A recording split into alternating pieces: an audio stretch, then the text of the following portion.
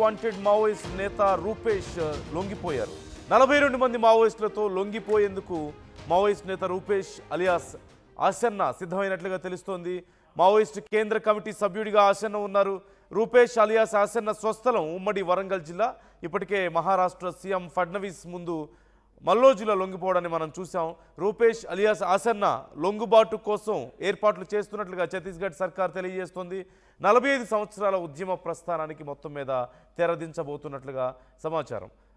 ఓవైపు వరుసగా జరుగుతున్నటువంటి లొంగుబాట్లు మనం చూస్తూనే ఉన్నాం. మొత్తం మీద ఆపరేషన్ కగార్ చాలా ఎఫెక్ట్ చూపిస్తున్నట్లుగా మనకు కనిపిస్తోంది.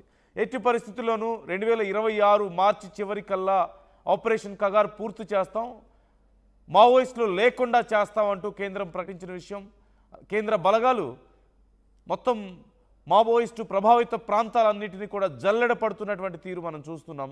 ఈ నేపథ్యంలో వరుసగా మావోయిస్టులలో కొంత కదలిక కనిపించింది. మొదట్లో తిరుగుబాటు చేసే ప్రయత్నం చేశారు, ఎదురుకాల్పులు చోటు చేసుకున్నాయి, అనేక మంది ప్రాణాలు కోల్పోతున్నారు. ఈ నేపథ్యంలో ఇక ఏం చేయాలో తెలియని పరిస్థితుల్లో కేంద్రం భీష్మించి కూర్చుంది. చర్చలకు మేము సిద్ధంగా లేవని చెప్తోంది కేంద్రం. ఈ నేపథ్యంలో ఏం చేయాలో అర్థం కాని పరిస్థితుల్లో తిరిగి అలాగని ఈ పోరాటాలు కొనసాగించలేని పరిస్థితి, కాల్పులు జరపలేని పరిస్థితి, సైన్యం మీద తిరిగి సైన్యం చాలా బలంగా దూసుకెళ్తుంది, మొత్తం జల్లెడ పడుతుంది అటవీ ప్రాంతం అంతా కూడా.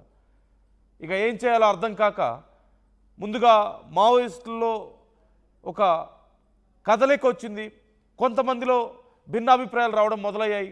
కొంతమంది ఇక ఆయుధాలు వద్దు, మన ఉద్యమం చాలు, సాయుధ పోరాటాలు ఇక వద్దు, ప్రజల్లోకి వెళ్దాం, ప్రజా పోరాటాలు చేద్దాం, ప్రజల కోసం సమాజంలో మనం కూడా భాగం అవుదామని చెప్పేసి కొంతమంది అభిప్రాయపడ్డారు. కొంతమంది మాత్రం లేదు మనం ఇలాగే కొనసాగాలని చెప్పేసి అభిప్రాయపడ్డారు. ఇలా రెండుగా విడిపోయినటువంటి పరిస్థితి కనిపించింది.